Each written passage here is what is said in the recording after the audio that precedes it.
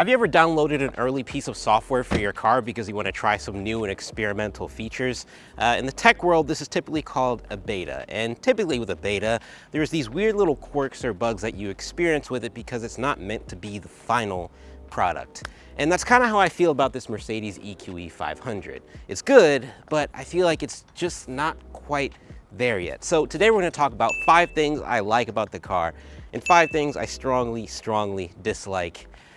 Let's get into it. Now, I know the Mercedes electric lineup has been met with some controversy when it comes to the design of the cars. And as far as the EQS sedan and SUV, I can certainly understand why. But I think the EQE size is much more suited to the overall shape that they're going in with the cars.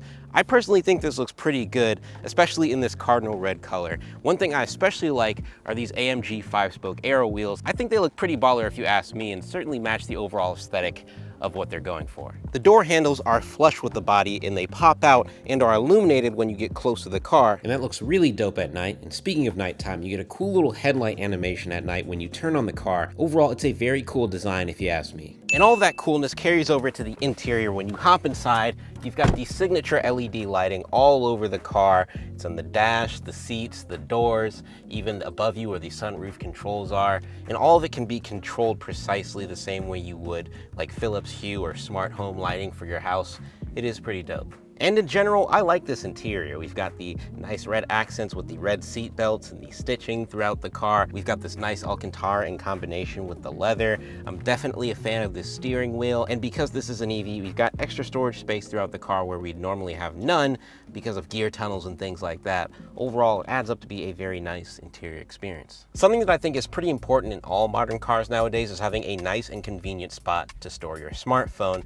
And especially with this vehicle, 99% of people are going to have one, so it's pretty important. And the EQE does come with a wireless charging pad, which is nice, but it's arguably in one of the worst spots possible. And that's primarily all due to the cup holder placement in the center console area. And thankfully, this cup holder module is removable if you want, but if you're like me and want to keep a water bottle handy in the car at all times, putting your phone on the charger and removing it is going to be like this. It is so freaking awkward and uncomfortable. It blows my mind that they let this make it into production. It's honestly insane. So if you're the type of person to put your phone in and never take it out throughout an entire commute, then that's fine. But if you maybe want to check your phone every now and then at a red light or something like that, then, you know, this is going to be a very painful experience for you, unfortunately. This car features MBUX, which has seen some major design overhauls since the move to electric. And from a layout and functionality perspective, I think it's fine. It's not my favorite EV software in the world, but it's definitely far from the worst.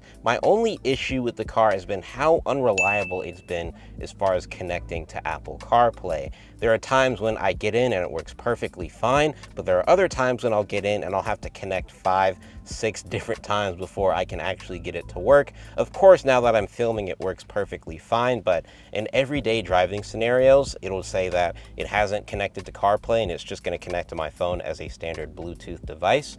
Right now it actually is working, but normally it definitely doesn't, 100% of the time at least. And this isn't something I've experienced with any other car or EV I've tested in months, so it really is a shame that you're gonna spend upwards of $80,000 to $90,000 on this car and CarPlay is as buggy as it is in this car. Now, the sound system in this car is one that you will not be disappointed with. We've got a Burmeister sound system set up in this car, and it definitely bumps. And you're paying over 90 grand for this car after option, so you'd obviously expect a high quality sound system, and it certainly delivers that. You get a very full sound with lots of depth, very crisp mids and highs, an excellent bass response. Honestly, the sound system in here is one of my favorite aspects of the interior experience outside of the aesthetics. And speaking of sounds outside of the music, this car makes a lot of them. A whole lot of futuristic noises that you can actually customize. Built into the car are 3 different sound experiences to choose from, and the most present one being Roaring Pulse, which definitely makes you feel like you're in the future. And sometimes it is nice to just drive the car with no music and listen to how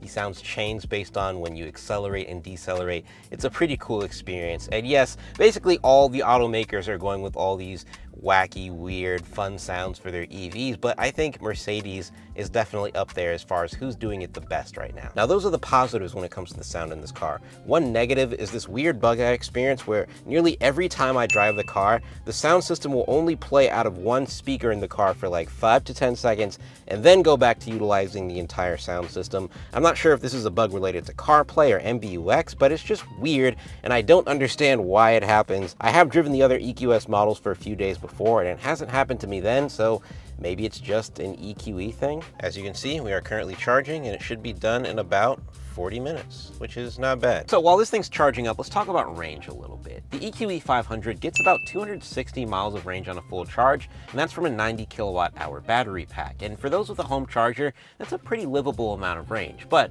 when you compare that to offerings from Tesla or BMW, for example, it isn't that competitive.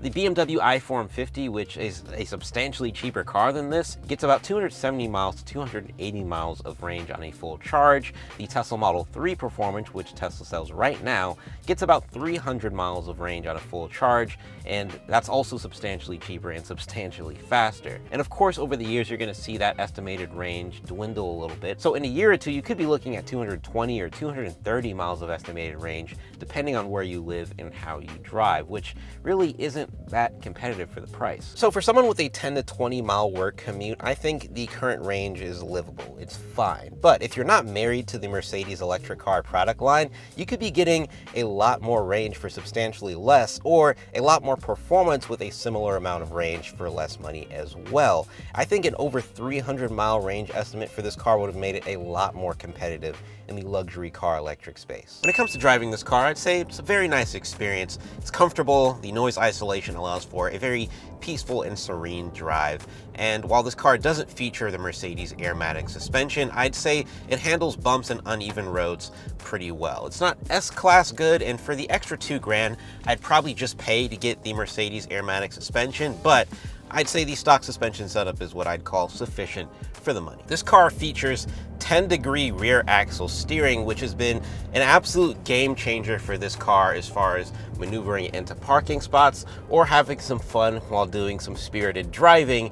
And speaking of spirited driving, this car has about 400 horsepower and about 600 pound-feet of torque. So it definitely doesn't feel like a slow car by any means. 0 to 60 is done in about 4.5 seconds, which is pretty quick and I think should be plenty sufficient for a lot of people, especially if this is your first electric car. If you're coming into this car from other high performance machines, you may not feel like it has that much oomph as far as the throttle when you get on it when you're already rolling, but I'd say it's perfectly quick enough for having some fun at the speed limit. If you just want to get that true kick you in your back feeling, you're probably going to have to opt for the AMG version of this EQE, which hopefully I'll get to review sometime soon. This car features one-pedal driving capability like most EVs, but the weirdest thing about Mercedes EVs is that it's utilizing the brake pedal when doing so. So unlike other EVs where you just let off the pedal and the throttle slows down, you can literally see the brake pedal moving as you speed up and slow down. So unlike other EVs where you just let off the throttle and the car slows down, you can literally see the brake pedal moving forward when letting off the throttle. And so when you're driving at highway speeds and need to come to a stop faster by using the brake pedal, it literally feels like the brake pedal is running away from you,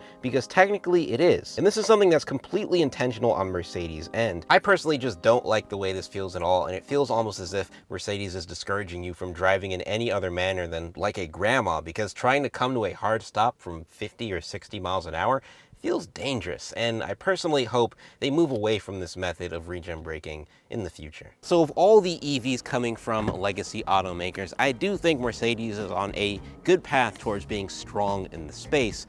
But despite all there is to love about the electric line, I do think this car is still just a little rough around the edges, and I really am talking about the entire EQ line as a whole. And there is a lot to love about this car, but I don't think it's 100% worth the asking price for my driving patterns. I do think for certain prospective owners with a lot of money, this could be a pretty cool car, just not for me, I think. But I do really want to try the AMG version of this EQE, as that seems very promising as a driver's EV. So Mercedes, please, please love me. Okay. That's about it for this one. If you enjoyed, make sure to give it a thumbs up and subscribe for future content like this. Talk to you guys in the next one. Time to charge up.